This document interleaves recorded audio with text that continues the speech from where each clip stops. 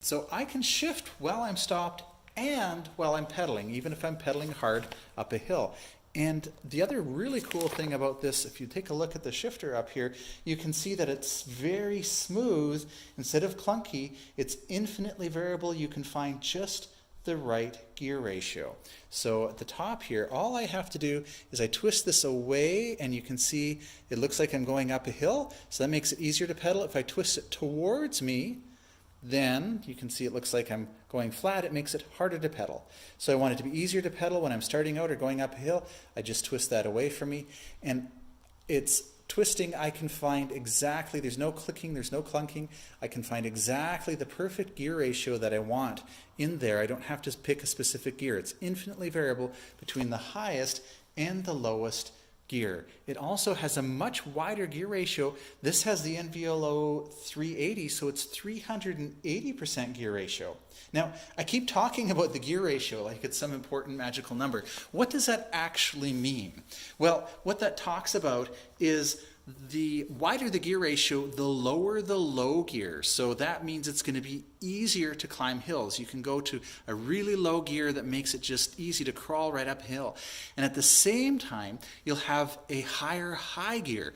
That means you can pedal faster. So if you like to go down a hill and say go, 30, 35 kilometers an hour, 40 kilometers an hour, and you want to keep pedaling because there's a big hill coming up the other side, you can do that with the NVLO C380. With the C8, you might find that after a certain speed, there's no point in pedaling anymore because your legs are just going to be spinning too quickly and you can't put any power to the bike. So that's what the wider gear ratio does for you. So you can tell I'm pretty excited about the C380. I think it's an incredible value. Most other bikes with the NVLO hub and the higher torque motor and a Gates carbon belt cost significantly more. Generally, to get a bike like this, you're looking at a Riese and Müller. In fact, the C380 is only slightly more expensive than the T10. You can check the pricing on our website, and what you'll find is that you're paying a little bit more, but now you get the benefits of the Gates carbon belt, that NVLO hub, which is great from a riding experience because, like I said, we can shift while we're stopped. We can't do that on the T10. You've got that wider gear ratio, even more so than the T10 for climbing hills. But the other beautiful thing about this is that you are spending less time cleaning and maintaining your bike, and you also have a much lower cost of ownership. So I briefly talked about the idea that on the T10, when you have that chain, that's a wear item. That's going to have to be replaced. Your cassette also is going to have to be replaced. The derailleur is going to have to be replaced. And all of those things add up in terms of replacement costs and maintenance costs in terms of time. So even though this is a little bit more expensive up front, overall cost of ownership is quite a bit lower. Now, speaking of R&M, I do prefer the different type of NVLO display. I mean, this is really straightforward, easier to pedal, harder to pedal. Let me take you over to one of the R&Ms to show you the different type of display you can put on this bike. So this is the R&M Nevo, and you can find a detailed video review of it on our website as well. And this is the same NVLO system, but it just uses a different shifter. A little bit more intuitive. You can see the cyclist there. It's flat. It's hard to pedal. Twist it. They're going uphill. Makes it easier to pedal. So that's a cool feature. As well, with the Nevo, we've got a few other upgrades, including the higher torque Bosch motor. Now with this C380, like the C8, you are getting that comfy saddle, lots of gel in there, a little bit wider suspension seat post, which is going to help smooth out the bumps when you're going over bumps. And that's something that's important to remember on a bike like this where you're fairly upright in a relaxed riding position. Most of your weight is on the saddle rather than on the handlebars, and so it's nice to have that comfort on there. If you go with the T10, of course, we could always put a suspension seat post on for you. We do have those leather grips like on the C8. And the colors available, we've got this light olive that you see here with a little bit of yellow on it and a mallard blue. Okay, so now I've shown you the differences between the different models. Let me discuss this idea of a Dutch bike. What actually makes this a Dutch bike, and what are the same features between all of the models? Well, a Dutch bike is comfortable, practical, and reliable. So let's talk about the comfort features. I've always already referred to the fact that we've got a suspension seat post on the C380 and the C8, and we could certainly add that to the T10 for you. We do have a suspension fork up front. This is a monoshock right under this cover here. It's kind of a short travel. There's a little bit of adjustments that you can do in there, and this is essentially kind of a maintenance-free type of suspension fork that works really well in an urban environment. I might prefer, kind of a regular suspension fork, although then, you're doing a little bit more maintenance and probably doesn't have a whole lot more travel. This is quite effective in an urban environment, but if you're rolling over a lot of roots and rocks and things like that, then we may want to look at a different bike for you. But otherwise, in most places you're going to be riding this bike, the suspension fork works quite well. We talked about comfort in terms of the grips, and I do like these grips, although I may be inclined to switch to the ergons, and that's certainly something that we could do. But the comfort really is also part of the geometry of the bike, the riding position. You're very upright, it's easy to be seen, easy to see around you, and you don't have a lot of that upper body strain that you might have in your very forward riding position. We do actually have an adjustable angle stem here, although it's not a tool-free adjuster like on some of the Gazelles. We're actually going to have to loosen off 2 bolts here and one underneath here, and then you can adjust the angle to really dial in the fit for you. So yes, you could certainly stop and do that, but you would need tools for that. Now the reason Gazelle would go with a system that requires a tool is to make this more secure. This is considered a trekking bike, so this is a type of bike that you're going to ride possibly in more challenging terrain than their typical city bike. You might be doing some light trails and getting onto some stuff that's going to require a little bit more control over the bike, and you don't want a system that could cause the handlebars to move while you're riding. So by using a system that requires these 2 bolts and tools to get it nice and tight, you can see it needs to go to 15 to 18 Newton meters, so it's pretty tight. You're not going to have to worry about going over a curb or a big bump or something and having those handlebars move on you. And the same reason they put the handlebars have a bit of a sweep here, a moderate sweep, but not really swept back again like some of the other Gazelle bikes, because again, on a trekking style bike, you want the bars to be relatively wide. If they came really swept back, you lose a little bit of control over the handling of the bike. So we want to make sure that when you get onto some trails and things, you can actually still have a lot of control over the bike. And so that's why they put these moderate sweep, so it's still very comfortable, but you still have lots of control. Now, speaking of safety, a Dutch bike is going to be very practical and safe. So we've got practical things like these really nice fenders on here. Nice and solid, mounted really well. They're not going to flop around. They're a metal fender, fairly wide, full coverage, so you're not going to get dirty. Very practical because you're going to ride your bike in the rain. You might ride your bike in the dark, or you just want to be safe and be seen. We've got this nice bright front light here. I like the fact that it's mounted up on the handlebars, so it makes it easy if you wish to adjust the angle. So if you're heading up a steep hill and you need to see a little bit further, you can easily adjust that higher or lower. I love the fact we've got a side cutout here as well to keep you visible at night. The rear light as well, you can see, has a nice side visibility along with lots of visibility at the back. 4 LEDs in there, it looks like, plus a reflector, so lots of visibility to keep you safe. So while we're looking at the rack, again, another practical feature. Instead of a spring-loaded clamp where eventually the spring wears out and it rattles the whole time, which is why we call them rattle traps, this has a nice system here with a bungee cord that allows you then to, if you forgot to bring your bags along or your bags are full and you need to put something else under there, you can add that because that's fairly expandable. So nice high-capacity rack, actually. It's 27 kilo capacity, so you can bring all of your stuff. You can go on long tours, you can go grocery shopping, you can bring your gear to the office. It's really nice having that practical feature of the rack. Now, I wouldn't mind if this were an MIK compatible rack. It's not. Some of the other Gazelle ones are. If you check out my other Gazelle videos, you'll see an MIK rack means you can click bags on and off, but this rail is suitable for pretty much any bags from Ortlieb or Axiom or any bags you might have. We've got, of course, lots of bags here in the store that would work for you as well. Other practical features include a kickstand, of course. you need a kickstand on your bike. It is mounted to the chainstay at the rear here, which is nice. It's not going to collide with the pedals if you're backing up your bike. And this is actually an adjustable length kickstand with this foot here. It's actually tool-free. I just noticed if you come around here, there's a little button. You can press that and you can adjust the length. So if you end up parking your bike on a slope or something and you need to adjust the angle, you don't have to get your tools out. You can just adjust that. So that's actually pretty practical. Another very practical feature we generally find on Dutch bikes is this frame lock here. So I'm going to turn the key, and while I turn the key, I'm going to push down on this button right here, except I can't do that with one hand, can I? So I'll grab the camera here, sorry about that, and push down. And now that I've pushed down on there, you can see that there's a steel bar that's gone through the rear wheel. And that prevents the bike from being ridden away. I release the lock by turning the key, and you'll see that steel bar retracts. And to set it again, I would simply turn the key and then push this bar all the way through. And now the bike can't be ridden away. But of course the bike could be picked up and put in the back of a truck, which you wouldn't want. So this port here on the side allows you to connect a chain. So this is the chain here. This is an AXA chain. They make various lengths. This is a 140. We have a 100 centimeter. And Abus also makes an 85 centimeter that would work as well.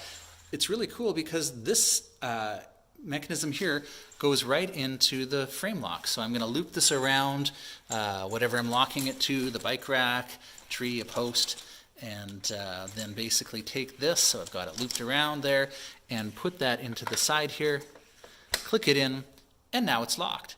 So the chain itself doesn't have a lock on it, so it's actually relatively light for a chain because it's using the lock that's already built into your bike. The cool thing about this is I just turn the key and pull the chain and it'll come out. Do that again here. There we go. And you can see that it's basically just mating with the frame lock that's already there, so we don't need another key. The chain itself is just a chain, no lock, uses the lock on the bike, which means you use the same key. Speaking of the key that we use for this frame lock is the same key that we use to remove the battery. Now this is a retained key, another very European Dutch feature. You can't take the key out until it's locked, so you're not going to forget your key. You simply lock it again. There we go. Steel bar has gone through there. Now I can remove the key, and then I can use that key to remove the battery, turn that, and this is a two-step process with the Bosch system here. I just simply pull up, press the latch here, and now the battery will come out. I can charge the battery on or off the bike. I have the option either way, which is also another very practical feature. Other practical features include highly puncture-resistant tires. These are the Schwalbe Energizer Plus. So they are an e-bike specific tire. That means they're generally going to last longer because they are a little bit heavier, but that's okay on an e-bike. We're not as concerned about the weight. We'd rather have puncture-resistant tires that are going to last a really long time. Nice tread pattern here for both wet and dry pavement, gravel. I wouldn't mind if they were a little bit wider. These are a 1.75. I wouldn't mind going to a 2, but it's going to be a little bit tough with the fender and the clearance on there. We could probably go just a little bit wider. If you wanted, one of the changes that people often make is to go with a more aggressive tire pattern, maybe something like the Schwalbe GT365. That's an all-season tire, still highly puncture resistant, still with that reflective sidewall, which we really like to see to keep you safe at night, but a little bit more aggressive tread pattern, suitable for wet and mud and even a little bit of snow, but also not too slow and fairly quiet on pavement. So safe and practical, we also have Shimano hydraulic disc brakes. That's a must-have, of course, on an e-bike. With the hydraulic brakes, you're not relying on the strength of your hands to stop the bike. You've got hydraulic fluid in there, like in a vehicle, so you just squeeze each brake lever lightly, evenly, and you'll stop rather quickly. Also, essentially maintenance-free, other than needing to replace your brake pads when they get worn. You're not having to make adjustments because there's no cables to stretch or anything like that. All of the wiring cables are internally routed, which is really nice to see. It's a beautiful looking bike. The different colors, of course, you can find on our website. But having everything integrated in there means there's no cables to get snagged or caught on anything. And we do have, speaking of getting snagged or caught on things, we do have this really great chain guard. This is something that sometimes we don't see, especially on bikes with belts. So we still, even though we've got the Gates carbon belt, which is very clean, we've got a bit of a guard, bash guard there, we also have this nice full full-length guard here. Also in the T10 with the chain, of course, it's a must-have to have that guard, but that way you don't have to worry about changing your clothes or getting your pant leg stuck in the chain or the belt. So again, a very practical type of thing, and as I've previously indicated, we do even have a bell as well. Another hallmark feature of Dutch bikes is reliability, and so Gazelle has chosen to use the Bosch mid-drive. On the T10 and the C380, we're using the Bosch Performance line, which gives us 63 Newton meters of torque, and on the C80, it's a lower torque Active Line Plus, which is 50 Newton meters of torque. Now, Bosch themselves, of course, this is incredibly reliable. Bosch has a service center in Vancouver and Toronto, and pretty much every bike shop deals with Bosch. So even though this is a Gazelle bike, if you had questions or you wanted to have your drive updated or you had questions about the display or you needed a new battery, you can pretty much go to any bike shop because almost all bike shops have a service relationship with Bosch. They can get parts and service for you very easily, very quickly, work on any problems or issues or do any maintenance that you need. So it's nice that it's not something that you're limited to going to just a certain brand of bike shop. If they don't sell Gazelles, that's okay. Obviously, we're more than happy to take care of you here. We have a full service department and mechanics to help you out, but it's nice knowing that if you're out traveling anywhere in North America or Europe, you're going to be covered by Bosch. So nice and reliable. The other benefits, of course, of a mid-drive motor, you've got the weight in the middle, lower to the ground, so better balance. Of course, we could go with a hub motor, which a lot of the more inexpensive Chinese bikes use, but if we can, we really prefer a mid-drive motor. There's lots of benefits. Like I said, the weight distribution is one of them, but also the fact that with the mid-drive motor, the motor is turning the chain, or in the case of this bike, the belt, and that's how your bike is normally propelled, you turning the belt or the chain. So what's happening with the mid-drive is the motor is helping you. That makes it feel really very natural. When you have a hub motor, and again, that's not the motor back there, that's your transmission, and you have a hub motor, that motor is turning the wheel, and so it feels like you're being pushed along. With the mid-drive motor, it feels very natural, very smooth, but you're also leveraging the mechanical advantage of your drivetrain. So in other words, when you change gears, in this case it's continuously variable, so you change the gear ratio. But if we're on the T10 with the chain and the cassette, when you change to an easier gear, now the motor is also in an easier gear. So that means that it's much easier to climb hills than with a hub motor, because the hub motor is still just turning the wheel. It has nothing to do with the chain or the belt, and it wouldn't know that you're in an easier gear. The motor knows right away that you're in an easier gear and helps you out with that. The other benefit is that it's going to be a lot more efficient. If you were to drive your car in a single speed the whole time, of course, if the motor wasn't married to the transmission in your car, your fuel economy would be terrible. But because the mid-drive is relying on the gear changing to make it more efficient, you're going to get tremendous range out of this Bosch mid-drive motor. The cool thing about the Bosch system is it is sensing your torque, that is how hard you're pedaling, your cadence, that is how quickly your legs are moving, and the speed of the bike 1,000 times per second. So there's the speed sensor, and there's a magnet on one of these spokes here. Just make sure that that doesn't come misaligned. Sometimes it doesn't happen very often, but if your bags hit it or something, if that comes out of alignment, you might get an error message. You just have to line it up so that it works with the speed sensor. But it's basically taking those 3 points of data 1,000 times per second, and it's reading your mind. It knows exactly what you're doing and matches the power accordingly. So if you're in a tricky section of a trail and you just need a little bit of power and pedal lightly, it knows you're pedaling lightly, and it's just going to give you a little bit of assistance. You get to a big hill and you start pedaling harder, it's going to give you more power. Now, of course, if you want more power without pedaling too hard, you do have control over how much the bike assists you. So I'm just going to come up here to the Purion display, which I'll talk about in a few moments, and you can go through and adjust different levels of assistance to choose how much the motor is assisting you. So I was actually going to talk about the battery first, but let me jump over to the display while we're up here taking a look at it. This is Bosch's Purion display. So it's their more basic display, which is an interesting choice. So again, practically speaking, Gazelle would go with a display like this because it's easy to read, it's easy to use. It's not removable from the bike, so you don't have to worry about accidentally leaving it on and having it stolen or something like that. But the USB port on here won't charge your phone. It just simply is for diagnostics, so we can update your bike. And the information on the display is pretty straightforward. You've got your current speed, current level of assistance, battery life in terms of the number of bars, there's no percentage available here, and the fact that your lights are on. If I tap the plus, it's going to go to eco. Lowest level of assistance, tremendous range. Great if you're trying to get a really long distance out of the bike. On eco, on this bike, you could probably easily get 120, 140 kilometers, something like that. Depends on a variety of conditions, of course. The Bosch website has a really good range calculator that you can use, although the bike itself is also going to calculate your range, and I'll show you that in a moment. Tap the plus, goes to Tour. That's where most people tend to ride. Gives you a little bit more assistance, less battery life, of course. Sport for a little bit of a hill or just a faster overall ride. And Turbo for the really big hills. The minus brings you back down. Now, there's actually only 4 buttons on the display. We've got the power button at the top. We've got the plus and the minus. And at the bottom, we've got the walk mode button. And while we're looking at it, I'll demonstrate how the walk mode works.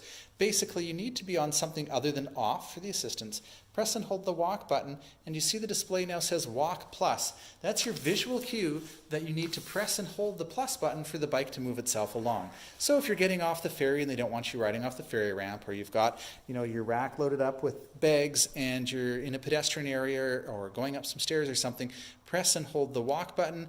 Now I release it and press and hold the plus button, and the bike moves itself along at a 5 kilometer an hour or walking pace, and all I have to do is steer it. And of course, when I release the button, it will stop walking. Okay, so like I said, not a lot of choices for buttons, but there are some other features that we can access by pressing and holding. So if I press and hold the plus button, that's going to turn my lights on and off, although I recommend leaving your lights on all the time. When you turn the bike off, the lights will turn off. If you forget to turn the bike off, it'll turn itself off after 5 minutes, in which case the lights go off as well, so you don't have to worry about it. By not manually controlling my lights, as soon as I turn the bike back on, the light went back on, and I really like having that feature. Pressing and holding the minus cycles through the information at the bottom of the display here. So you can see our trip distance is 0, my total odometer is 0, and my range is infinite because the assistance is off. If I go up to eco, it's going to say, well, look, based on the last few kilometers that you rode, you've easily got 115 kilometers before you're going to run out of power. That's going to dynamically adjust as you ride. You can actually force it to reset itself to a factory setting by pressing and holding the plus and the minus at the same time. Oops. Assistance is off. Let me go back here to eco, and there's that 115. Go to Tour. Of course, it's going to about half that, to about 71. Go all the way up to Turbo. It's going to be quite a bit less range because it's using more power. Pressing and holding the minus brings me back to the main screen. Now, I should mention the reset feature is also available for your trip distance. So even though it's 0 right now, if it were higher and I wanted to reset it, press and hold the plus and minus at the same time. It flashes reset and does that. So it's pretty basic, not a lot of data there. You can't charge your phone, you can't pair it with your phone or anything like that. I guess it's practical and it's easy to read, and a lot of people really like it. Realistically speaking, these days, you probably don't have to worry about charging your phone because most phones last all day. If you wanted navigation and things like that, well, we've got phone holders that mount on the handlebars or on the stem, and you can actually use your phone for that. But if you really want to, Bosch does offer other display options. And when you deal with some other companies like R&M, you get the choice of the display option. Here, they just wanted to keep it simple. It's a little bit tricky to replace this display because it is wired through the bike here. We've done it a few times for people. We've put the smartphone hub on, or you could go with the Nion, for example, or Kiox. You can find all of those displays on a video review on our website at citruscycles.ca. Just click on the videos tab and you'll find that there. It's a bit of work because we actually have to take all these cables out in order to fit the new cable through the frame there. So it's possible, but it's a little bit of work, and that's something we actually, it's interesting. We actually really enjoy working with Gazelle. They're a great company. They're really receptive to our feedback. So we actually did that for a customer once, and we kind of emailed our Gazelle dealer support guy and said, this was a real nuisance because we had to take everything out just to fit that cable through there. Could you guys maybe think about making these holes a little bit bigger? And to my surprise, he said, yeah, I noticed that as well. And I've emailed them in Netherlands to let them know, hey, in the next iteration of the bike, maybe we could consider about putting a little bit of a bigger hole in there. So let me go back to the battery. I did show you the battery removal. This is a Bosch power tube battery. It's not a Gazelle battery, although this cover is specific to Gazelle. So this cover is mounted to the Bosch battery. So if you decided you wanted to get a spare battery at some point, then of course you're going to need to get another cover or take this one off and put it on the spare, but that's not so fun. So if you're wanting to go dual batteries, if you go with the medium frame size or the large frame size, you can actually we can actually wire in a second power pack battery right here on the down tube. So you'll be able to check that out on our website in terms of the pricing. Keep in mind though that with this step-through design especially, it is going to make it a little bit harder to get on and off the bike because you're going to have that battery right here. But the battery is basically going to mount here. And you won't have to ride with it all the time. If you're just going on a short ride, you could use the integrated power tube battery. But if you're going touring and doing a really long ride, that second battery is kind of handy instead of bringing a spare. Although it does block the way, what happens with the dual battery system is it draws 5% from each battery and switches back and forth. That actually prolongs the lifespan of your battery. When the battery is continuously discharged, it is under higher stress and that can shorten the lifespan of the battery. By having that rest, switching back and forth, that actually helps prolong the lifespan of your battery and gives you slightly better range. So that's something that we can do for you. We can actually retrofit it. You don't have to order it from the factory that way, which is quite cool. A lot of dual battery bikes, you have to get them that way from the beginning or you can't change it. Now, the dual battery option isn't available on the small size because there's just not enough room there, but the medium or large, you can actually go with the dual batteries. That's actually, the dual battery feature is a Bosch feature, and one of the things we love about dealing with Bosch is that they do require the bike manufacturer to use their battery. So as I mentioned, that's a standard Bosch battery. The benefit of that is that many years from now, should you need a replacement battery, you know you're going to be able to find one because you're not relying on Gazelle to do that. Whether it be Gazelle, whether it be Riesenmüller, whether it be Mustache, whether it be any of the brands that use Bosch, they're all using the same battery, and that makes it easy for Bosch to have those batteries well into the future. You're not trying to find a proprietary battery from a company that doesn't make those batteries anymore or somewhere from China. You can go to pretty much any bike shop, buy the spare Bosch battery and put it in. So we really like that. The Bosch system, the battery management is very, very clever.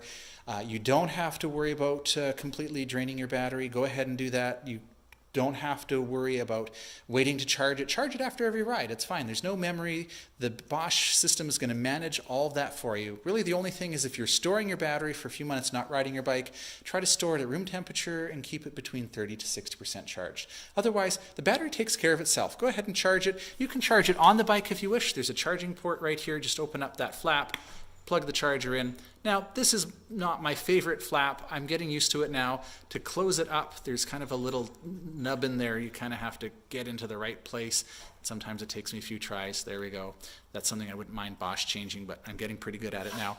Or you can take the battery out using the key that I showed you earlier and charge it inside, but you don't have to manage the battery. The Bosch system manages itself. And that's why that range calculator is actually very accurate, because it knows exactly how much charge has gone into the battery and how much has gone out of it.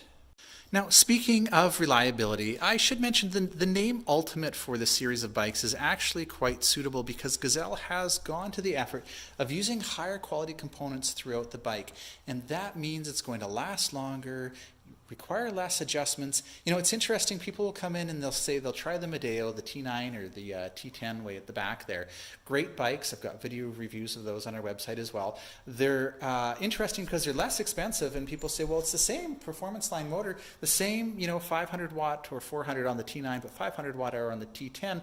Like, why is the Ultimate more expensive? Why is it a better bike? And I can explain all the things, right? Like I can say, look, these front hubs on the Ultimate is better, or the drivetrain is better, or those kinds of things. But a lot of times you get on and you ride it, and one of the kind of giveaways is if you turn these systems off and ride it just like a regular bike, there's very little, if no, resistance from the Bosch motor, which is great. But the bike rolls so well because of those quality components. I've had people come in and say, this bike rides better with the assistance off, even though it's way heavier than my old bike, which was terrible to ride. So going with the higher end components gives it a better riding experience, but also more reliability and less maintenance. So hopefully I've helped you understand the differences between the ultimate models, and also explained how these are true Dutch bikes made in Netherlands to be comfortable, practical, and reliable. Now I'm going to take you out on a ride test, which of course is always the true test of the nature of a bike. So if you want to try it yourself, if you're in Canada and have questions, you want to check the current prices, or have us ship the bike to you, you can head over to our website at citruscycles.ca. There you'll find a link to our contact page, and you can find our contact info or even schedule an appointment to come here to beautiful Vancouver Island and try it out yourself.